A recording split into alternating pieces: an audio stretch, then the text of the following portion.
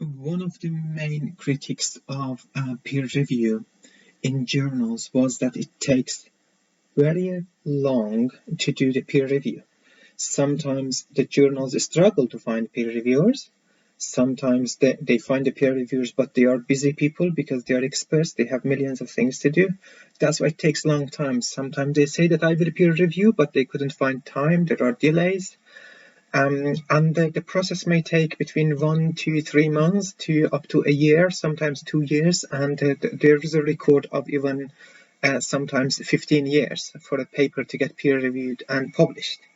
So because of that, some people started thinking about alternative methods to the traditional peer review model. And it is called post-publication peer review. It's not necessarily about the journals. It is about any peer review that a paper can get after it is visible to the public.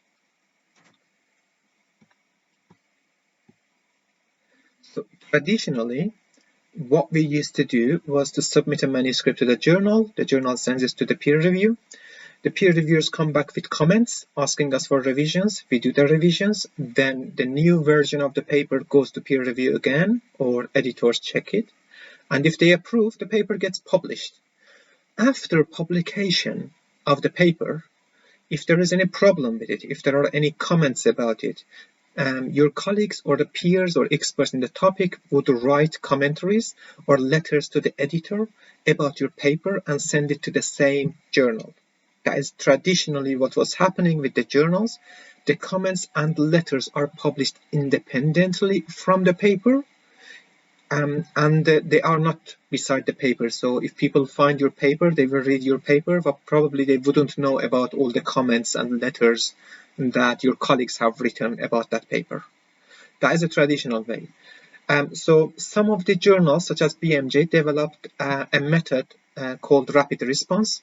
So as soon as a paper is published, you have the opportunity to submit a response or a comment about that paper immediately, and it will appear beside the paper in a separate tab online, but it will appear beside the paper. BMJ will not publish all of these comments officially as part of journal content. It will be part of the website. It only published a few of them in the journal. But there is also a modern model that I'm going to discuss in detail in this presentation, and that is when you submit your paper to a journal, and what happens after that is that the journal publishes its first version immediately online. And after publication of that paper, they send it to the peer review. And then peer reviewers come back with comments and ask for revisions. You do the revisions and reply to the comments, and the journal publishes the second version of the paper. So if the peer reviewers approve that, then the paper gets published as the second version and gets indexed in the databases. And the peer review comments will be open and visible, appearing beside the paper, and even if you download the paper in PDF format, it will be part of the paper, so it will not be separate. There is also another model that is going to happen in the future. Currently, there are platforms developing that is excluding the peer review from the platforms such as journal. So you can do peer review without getting in touch to the journals. Either you publish as a preprint or publish the paper in journals or anywhere, or if it is your dissertation or any kind of work that you've done, you could put it on these platforms and people would peer review and comment on it. And you could publish the newer versions constantly, and it will continue forever because that is how the science works. It never stops. So for the modern model that is now a hype, so people are talking about it, I'm going to present you a few examples of the journals that are following this model.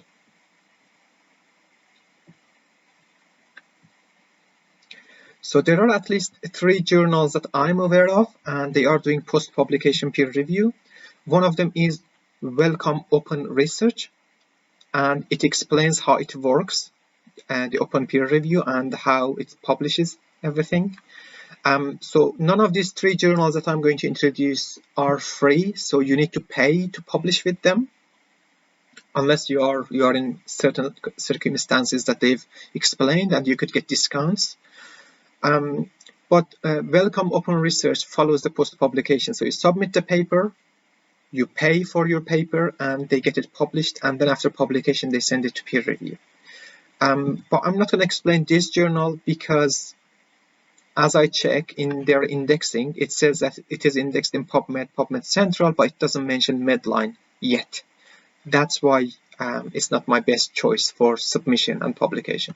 The second one is Gates Open Research, which obviously comes from Bill and Melinda Gates Foundation. It also, you need to pay to publish in this journal as well. But when you check the indexing, it says that it's indexed in PubMed, PubMed Central, doesn't mention Medline. That's why it is not going to be a choice for me yet. In the future, they may get indexed in Medline and it will become a choice. But this journal also follows post-publication, so it means it publishes the paper and then it sends this to peer review. F1000 Research is the journal of choice and that follows post-publication peer review. And I'm choosing this one because it says that it is indexed in Medline. So I have so far been involved in 4 works that have been submitted and published in F1000 Research. So I'm going to go through each one of them to share my experience with you how it works. So this is the paper that I submitted. The first version published in 6 January 2019, and 3 months later the second version published. It means that the first version published, it went to peer review. Peer reviewers came back with comments. I revised the paper and second version published.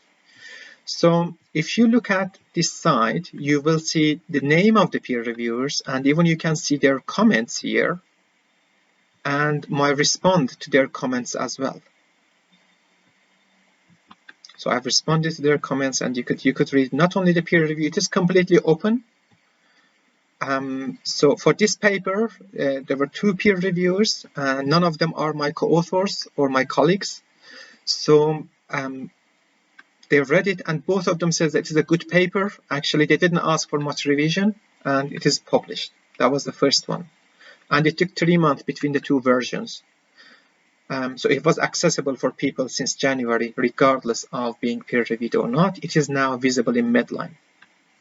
The second paper is from one of my PhD students. She worked on a protocol of her systematic review. We submitted it to this journal. They came back with the comments, but because the student graduated, she didn't do the revisions for the paper. So the paper has never been revised, even though it has been peer reviewed.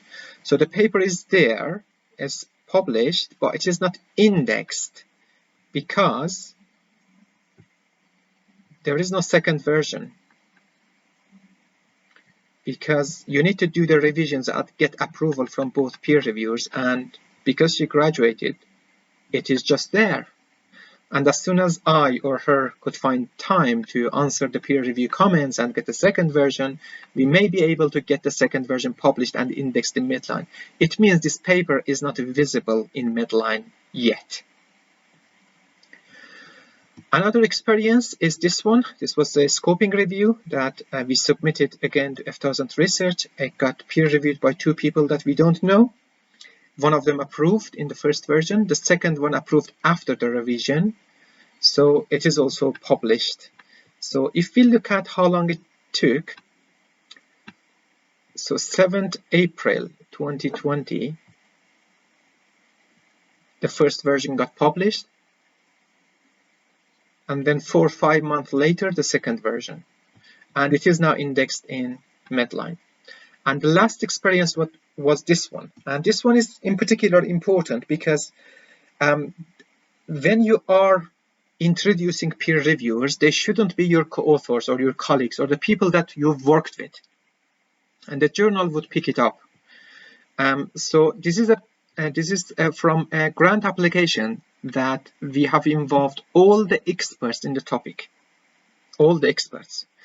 It means after we submitted the paper, we struggled to find peer reviewers because all of the peer reviewers already knew us or worked with one of the colleagues.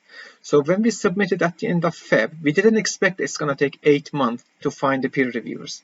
But after introducing 73 peer reviewers, finally we found 2 people who were kind enough to peer review the paper, and we got it revised and published like a few days ago, like 9 days ago, and then it got indexed in Medline just today. So that is our experience with post-publication peer review. It is partially good because your paper doesn't get old. You immediately submit and it gets published. You don't have to wait for peer review to get it published. Everything is open. The peer review comments are open, and you could see them. People could see and read them, and you could actually comment. You could add a comment, so the peer review never stops. Anyone could comment on it, and the post-publication peer review continues. You could also publish another version of this paper in a few years if you like. Some people do that. It's kind of a living publication format. It never stops. Science goes on, and you keep publishing, and you keep revising, and you keep publishing the same thing, but with updated information. But there is a negative point to it, and that is if the peer reviewers are not comfortable with criticizing people openly. So if a peer reviewer is not happy to share their names and comments online, then they will not peer review the paper. And if they do, they may not be as honest as when they were, if they were anonymous, because in the old journal format, the peer review was double blind.